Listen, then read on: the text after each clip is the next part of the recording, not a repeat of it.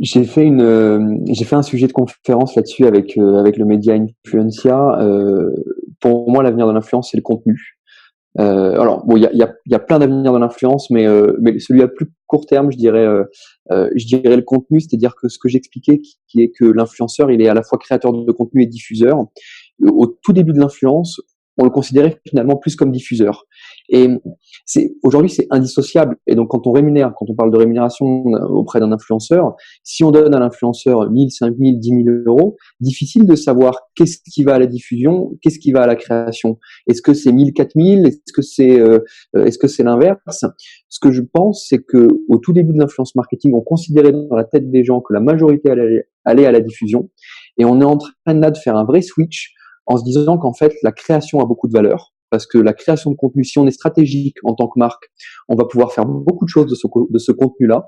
On va pouvoir le réutiliser, on va pouvoir l'amplifier, on va pouvoir l'utiliser dans d'autres leviers médias, etc. Et donc, on donne plus de valeur à la création de contenu. Et peut-être que maintenant, on est arrivé à un 50-50. Peut-être que si on rémunère un influenceur 5 000 euros, ben, c'est peut-être 2500 pour le contenu et 2500 pour la diffusion.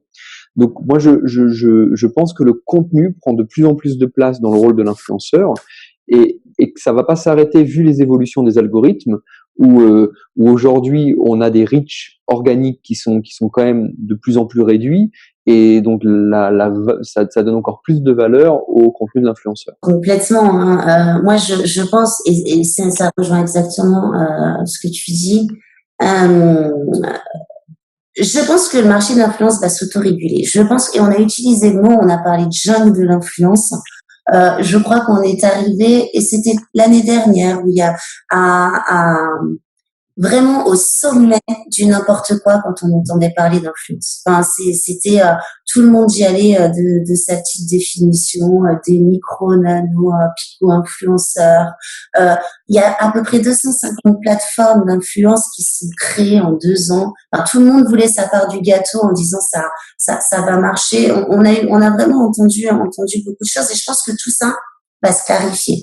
Je pense qu'il va y avoir beaucoup moins d'acteurs, mais des acteurs avec plus de crédit, plus d'expérience, il n'y a pas de recette miracle. Hein. Tous ceux qui vous disent que ils ont la plateforme qui fait que ça y est, vous allez atteindre 300 000 influenceurs et tout le monde va parler de vous, vous partez en courant.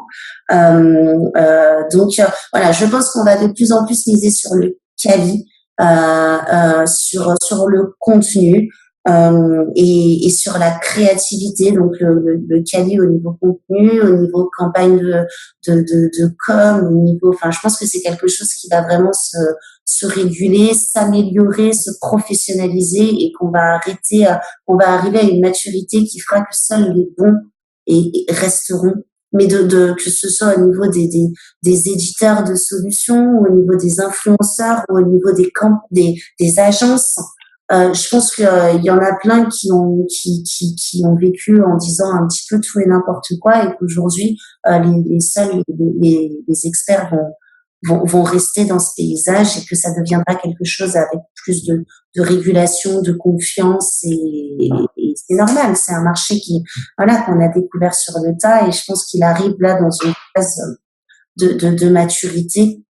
Et voilà, je pense que c'est un avenir proche du marketing d'influence. Mais vous inquiétez pas, on trouvera autre chose. C'est sans fin. Donc voilà, après c'est que mon avis.